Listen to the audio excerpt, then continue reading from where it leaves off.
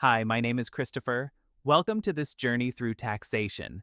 Today we are going to study the chapter, which is Goods and Services Tax, GST.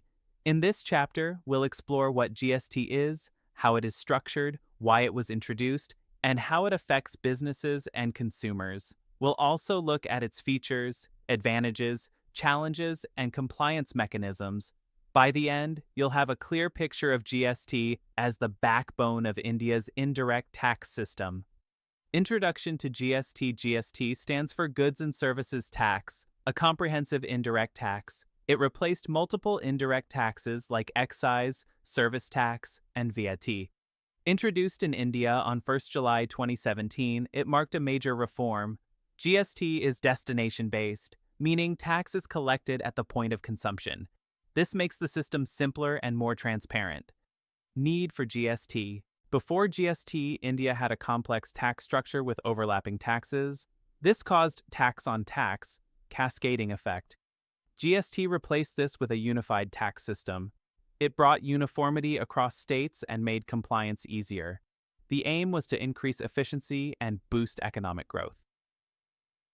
Key features of GST. GST has several important features. It is comprehensive, covering both goods and services. It is multi-stage, collected at each stage of production, but with input tax credit. It is destination-based, taxing consumption rather than production. Rates are uniform with a 4-slab structure: 5%, 12%, 18%, 28%. This makes the system fair and predictable. Benefits of GST. GST reduces cascading of taxes by allowing input tax credit. It lowers overall tax burden for businesses. It makes interstate trade easier by removing entry taxes and CST. It increases transparency and compliance through technology-driven returns. Consumers benefit from more uniform prices across India. Structure of GST in India. India follows a dual GST model. This means both the central and state governments levy GST simultaneously. CGST is levied by the center, SGST by states, and IGST on interstate supplies. The revenue is shared accordingly. This ensures cooperative federalism in taxation. CGST, SGST, and IGST. Explained. CGST and SGST are levied on intrastate supplies. For example, if goods move within Maharashtra, both apply. IGST applies when goods or services move across states. For example, a sale from Delhi to Karnataka attracts IGST. This division avoids double taxation and ensures proper revenue sharing. GST Council. The GST Council is the decision-making body for GST. It includes the Union Finance Minister and finance ministers of all states. It decides rates, exemptions, and rules. This ensures uniformity across the country. The Council works on consensus to balance national and state interests. Types of GST rates. GST has 4 main slabs: 5%, 12%, 18%, and 28%. Essentials like food grains are either exempt or taxed at 5%. Standard goods and services fall under 12% or 18%. Luxury goods and sin goods like tobacco fall under 28% plus cess. This progressive structure balances equity and revenue. Input tax credit, ITC. ITC is a core feature of GST.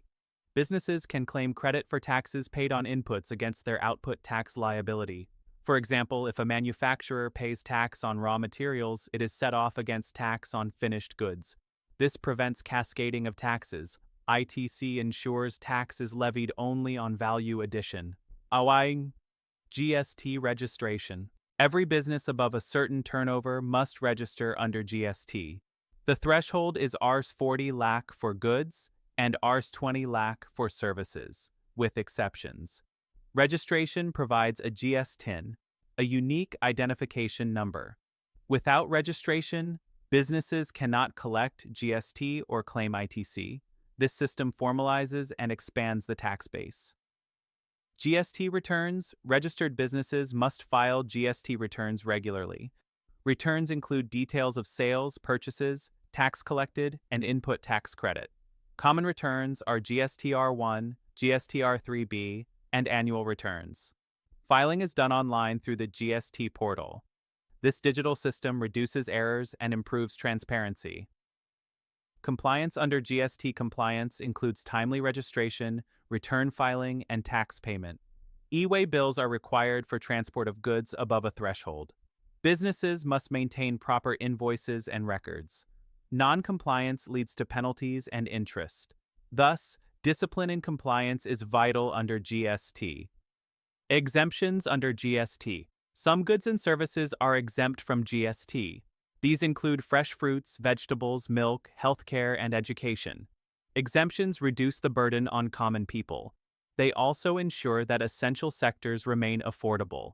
However, exemptions must be carefully managed to avoid revenue loss. GST and technology. GST is heavily technology-driven. From registration to returns, everything is online. The GST network, GSTN, manages the IT infrastructure. E-invoicing and e-way bills use real-time data integration. This reduces corruption and increases efficiency.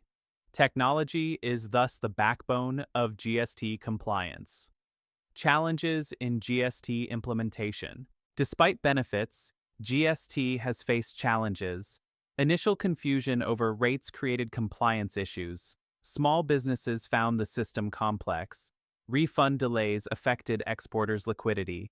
Technical glitches in the GST portal caused frustration. Continuous reforms are needed to address these challenges. GST and consumers. For consumers, GST brought mixed results. Prices of essentials dropped, but some services became costlier. Uniform tax rates made shopping across states easier. Hidden taxes were removed, making bills transparent. Overall, GST created more awareness of taxes among consumers. GST and businesses benefit from simpler taxation and ITC. Supply chains became more efficient with free movement across states. However, compliance costs increased due to return filing. Exporters gained competitiveness with tax-neutral exports. Over time, GST has created a level playing field for businesses. GST and the economy. At the macro level, GST unified India into one market. It improved ease of doing business rankings. Tax collections stabilized over time, boosting government revenue. Informal businesses were pushed to formalize. GST is thus a long-term structural reform for India's economy. Summary of GST. This slide recaps GST's key points. It replaced multiple indirect taxes with one unified system. It is destination-based, multi-stage, and IT-driven. It benefits businesses, consumers, and the economy. Despite challenges, it represents a major tax reform in India. Closing perspective. In conclusion, GST is more than just a tax. It is a tool for economic integration and modernization. It encourages transparency, efficiency, and fairness.